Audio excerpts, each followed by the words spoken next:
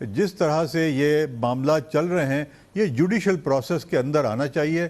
اگر judicial process میں نہیں آئے گا تو اس کی بہت زیادہ ایفیکٹ ہوگا ہماری جوڈیشری کے اوپر. معاملات کو لٹکانا نہیں چاہیے. یہ جو ایشو ہے اس میں دودھ کا دودھ پانی کا پانی ہو جانا چاہیے.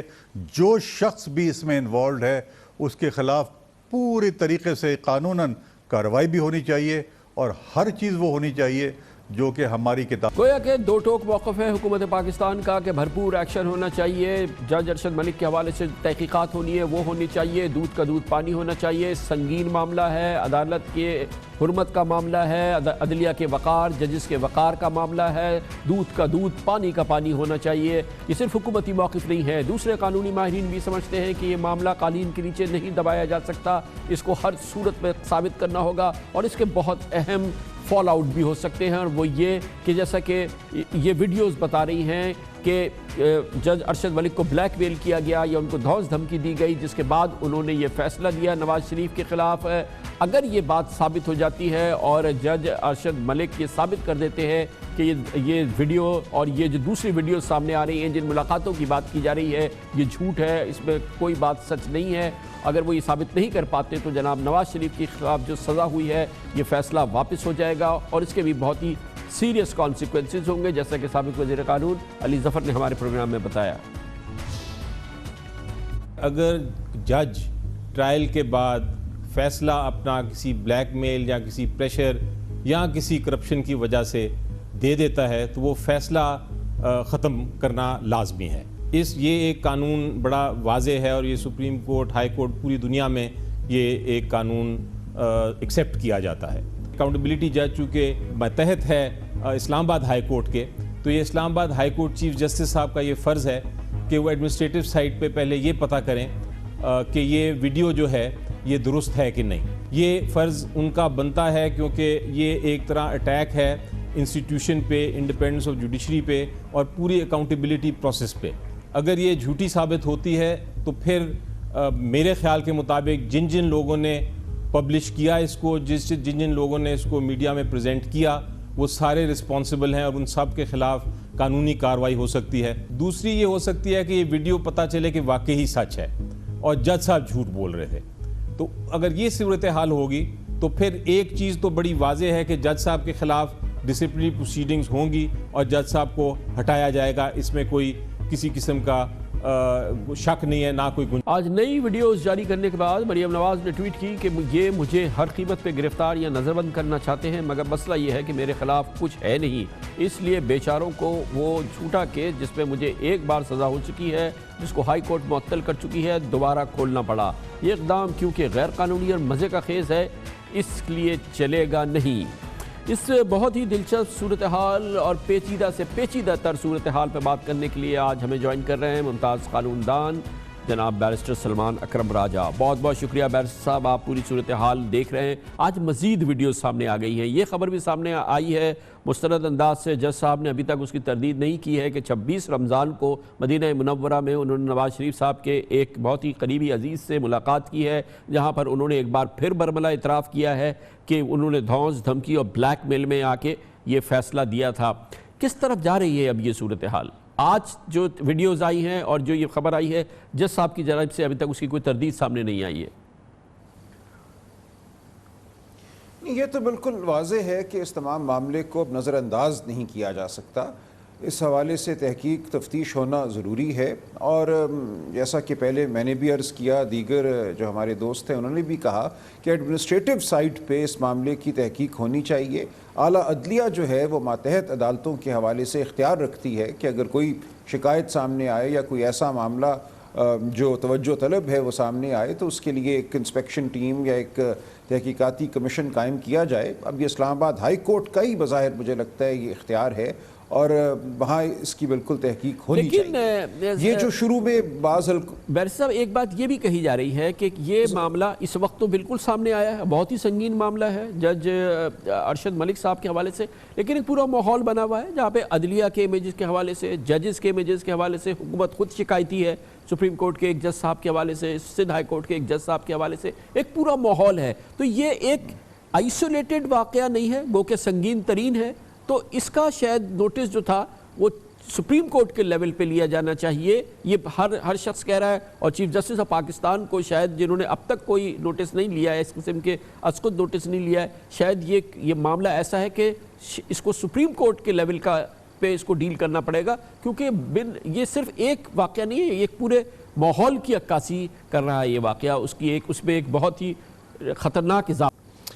دیکھیں سپریم کورٹ تو ظاہر اختیار رکھتی ہے ہر معاملے کے حوالے سے, چاہے وہ 184(3) میں کریں یا ایڈمنسٹریٹو سائڈ پہ بھی پہلے ہم نے دیکھا کہ سپریم کورٹ ماتحت عدالتوں کے حوالے سے قدم اٹھاتی رہی ہے. لیکن اس وقت جو ہمارے موجودہ چیف جسٹس صاحب ہیں وہ بہت اس چیز کا خیال رکھتے ہیں کہ اگر کسی اور ادارے یا کسی اور عدالت کے پاس اختیار ہے تو پھر براہ راست اس اختیار کو سپریم کورٹ استعمال نہ کرے.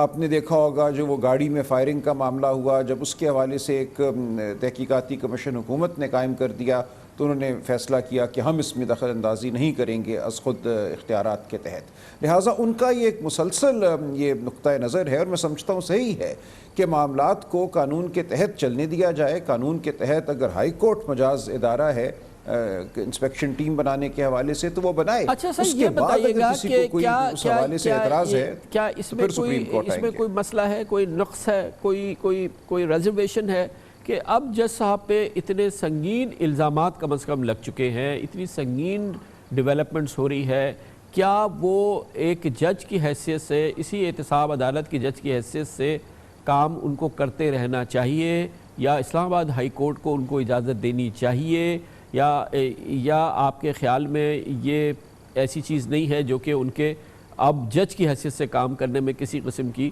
اس کی مانع ہو اس میں؟ نہیں بالکل ماننے ہیں جی. میری نظر میں تو میں حیران ہوں کہ وہ جج صاحب کس طرح اب تک عدالت میں بیٹھ رہے ہیں, مقدمات سن رہے ہیں, جب اتنا بڑا ایک سوالیہ نشان ان کی ذات کے حوالے سے کھڑا ہو گیا ہے تو ان کو بالکل علیحدہ ہو جانا چاہیے عدالتی امور سے. اور اگر وہ خود نہیں ہوتے تو پھر مجاز جو ادارے ہیں ان کو ضرور اس میں کوئی حکم جاری کرنا چاہیے.